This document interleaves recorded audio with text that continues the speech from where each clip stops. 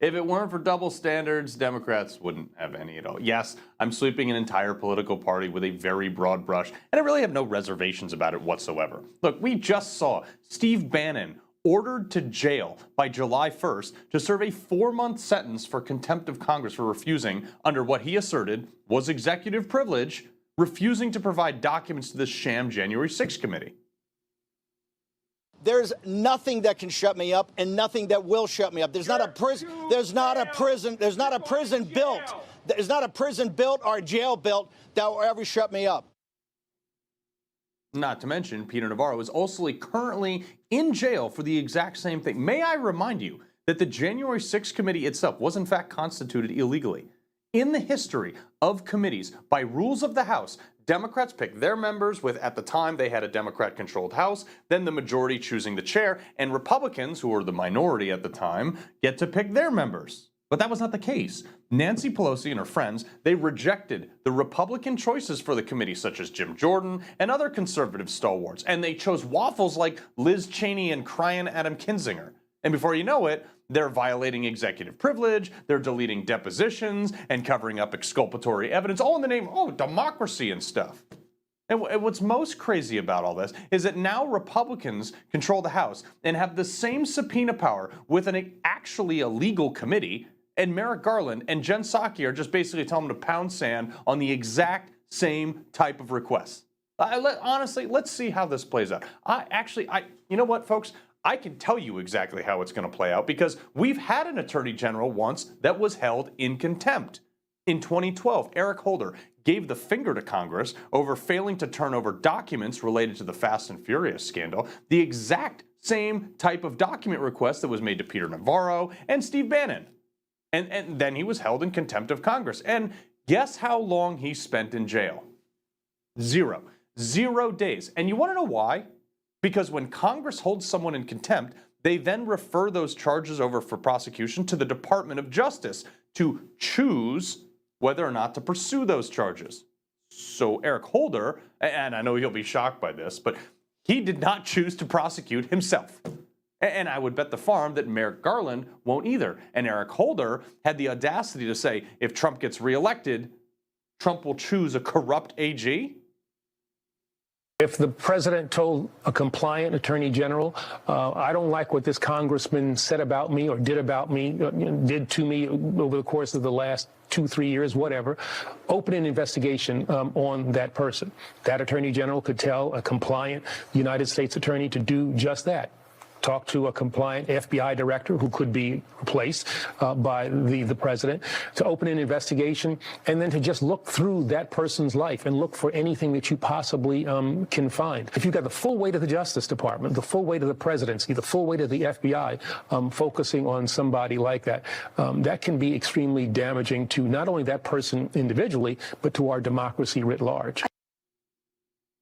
Yeah, we know that because that's exactly what the Biden administration has done. And it's also just, it's so rich coming from an attorney general that trafficked weapons he wanted to keep the American people from owning. He trafficked the exact same style of weapons to drug dealers in Mexico. He lost track of them, and then they tried to cover it up.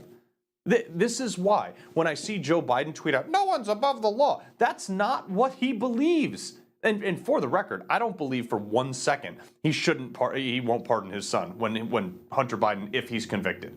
The entire Democratic Party thinks that they're above the law. They break the law with impunity. Hunter Biden, the perfect example of this. Drugs, hookers, and now apparently illegal guns, while his father was the one who passed strict laws on both. Don't worry. Joe Biden insists he wouldn't pardon his son. Come on. Like, if he's found guilty for this, I'm sure the big guy is going to help his son out. Because that's what the Biden family does. Biden knows Hunter probably won't be found guilty, though, in a Delaware jury. Who knows what's going on? I mean, like, Joe Biden went and met with one of the witnesses before the trial. When has that ever been heard of? Nothing ever happens to these people. They magically skate on, like, every single charge. But if you're a Republican and you jaywalk, they get life in prison. The Barack Obama misappropriated all kinds of millions of dollars of campaign funds. What does he get? He gets like a $300,000 fine by the FEC that is paid for by more campaign funds. No jail time, no felony, not even a charge. And then they laugh about it. But Trump pays out of his own pocket to a lawyer, makes a payment that obviously that lawyer took the payment and then made it to Stormy Daniels, and Trump didn't even know about it. He gets 34 felonies. Why? Because he booked it as legal fees.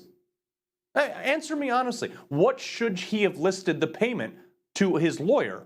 I mean, like Judge Marchand, answer that question. What would you like him to record that? I want to know what you should have recorded that as, considered a legal recording of this transaction to not garner 34 felonies. Wait, should he have listed like payment for a porn star, shut up and don't destroy my marriage, hush money? I mean, seriously, what is the acceptable accounting vernacular for paying a crazy woman that had sex for a living to not lie about having sex with you? $130,000 of his own money is a crime, but Congress, no problem here. Nothing to see. $17 million in settlements for things just like this, for the exact same thing. But that's our tax dollars. Many in an election season. That's totally fine. Nothing to see here. All the while protecting the other person who had sex with a Senate staffer in the briefing room. The other person in that video is kept more secret than Epstein's client list. This is not justice.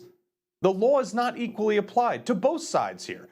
Look, nothing you say is going to make me feel any different. I don't feel any safer about this justice system. They unfairly target Republicans. And Dem will literally say, oh, this is justice.